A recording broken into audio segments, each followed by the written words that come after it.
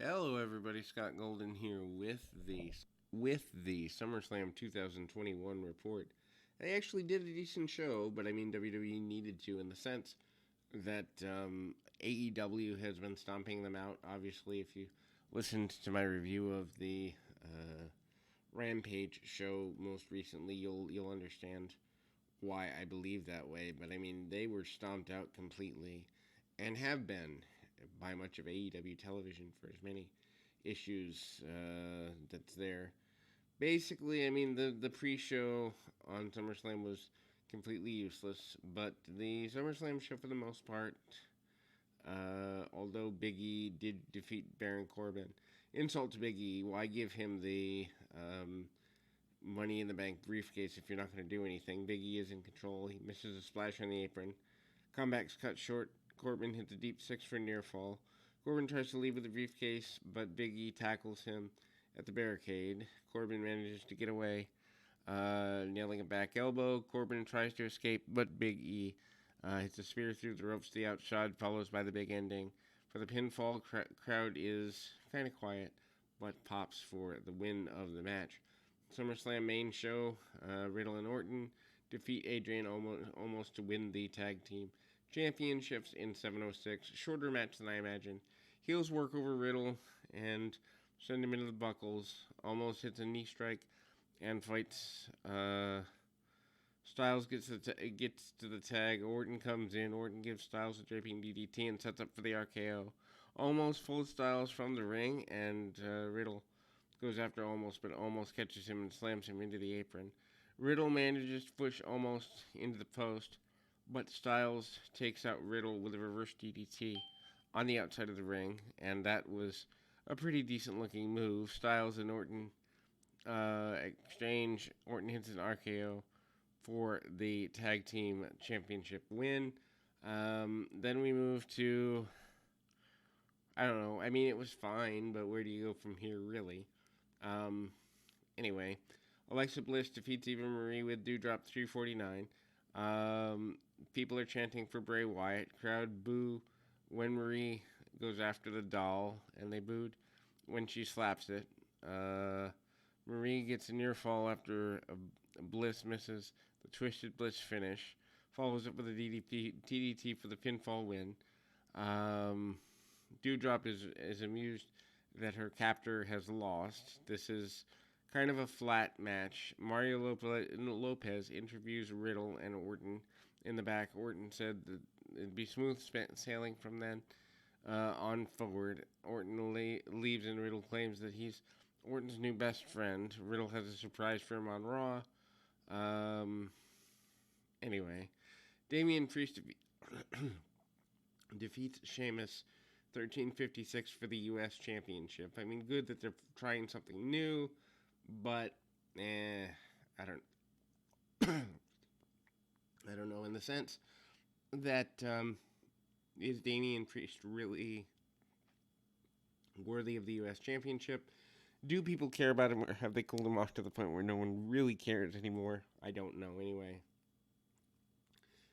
Priest hits a dive early in the match and lands pretty awkwardly, and he's selling like he's hurt. Sheamus blocks a spinning kick and sends him into the post. Priest comes back with a DDT. Priest hits a spinning heel kick off the top for near fall. Sheamus rolls through with a senton, goes to the top. Priest tries to block, but Sheamus sends a flying clothesline and an Alabama slam for a near fall. Sheamus headbutts Priest with a metal mask and then goes for the brogue kick. Priest counters, jump kick, sit out choke slam for a near fall. Priest then hits a springboard, but Sheamus catches him with a knee strike for a near fall of his own. Sheamus applies a heel hook, but Priest sets up, yanks Sheamus's mask off, and hammers him. Priest follows up with a spinning heel kick and the Reckoning for the pinfall win, and Priest is the U.S. champ. Crowd doesn't really care about the first half of this, but they do get into it before the match ends. Usos defeat Rey and Dominic Mysterio to retain the tag team championships. Mysterio's hit some dives early, followed by the Three Amigos suplexes on Jimmy. Eddie chant is heard here. Jay makes a blind tag and sends Dominic Mysterio into the barricade. Dominic fights to make a hot tag to Ray, giving Jimmy the DDT for near fall. Jimmy comes back, super kick for near fall of his own. Ray then tries a springboard. Jay super kicks him and hits an Uso splash for near fall. Dominic goes after Jay and drops him on the apron. Jimmy misses a splash and Ray follows with 619. Ray tries a frog splash, but Jimmy gets his knees up, hits a super kick. Jay tags in, and they each hit super kicks. Jay hits a splash to Ray for the pinfall win. Uso retains. And then Dominic basically does virtually nothing in the match. There have been a bunch of commercials throughout. Tiffany interviews Priest. He's happy to have beaten the bully, and he's proud to be the new U.S. champion. Rick Boggs does a musical interlude here. Becky Lynch returns. Belair enters for her match against Sasha Banks. The announcer announces that Banks was unable to compete tonight. Belair's opponent tonight would be Carmella. Crowd is completely disappointed with this. McCaffrey pointed out that Belair's disappointed and said she would get one day soon with Banks. Becky Lynch's music hit. Crowd goes nuts. Lynch enters in her gear. Lynch hits the ring and loud chants for her.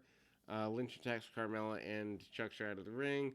Lynch faced off with Belair, and the crowd is happy. Lynch grabs the mic and says Belair should blow the roof off the joint. Belair accepts this.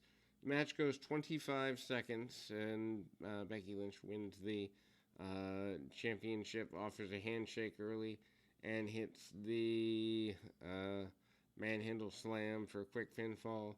Lynch celebrates for a while with music playing. Belair is obviously disappointed. I assume that Becky was rushed back due to whatever's going on with Sasha being unable to appear. Gable Stevenson and Tamara Misha Stock, who are the Olympic people here, and they enter. Crowd gives them an ovation, and that's that. Drew McIntyre's fallen so far that he beats Jinder Mahal in 4:33. Byron Saxton said Mahal wanted to do this on his own, and the match itself, Mahal is briefly in control. McIntyre hits a quartet of 4 overhead suplexes, followed by a Claymore kick. The crowd doesn't really care, and neither should they.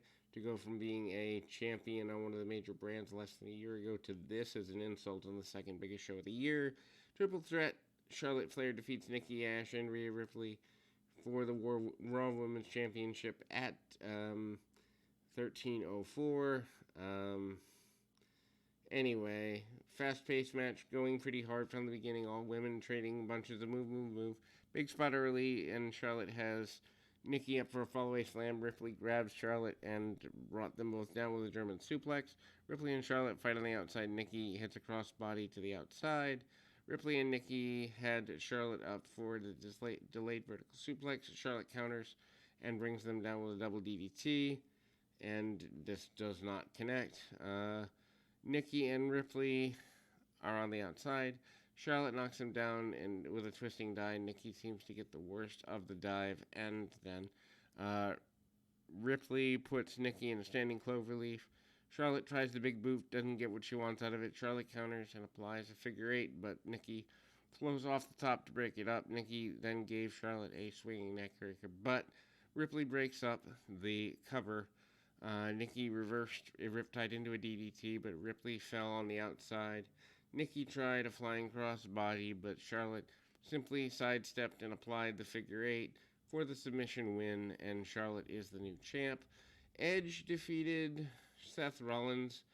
I believe this is the longest match of the night at 21:15.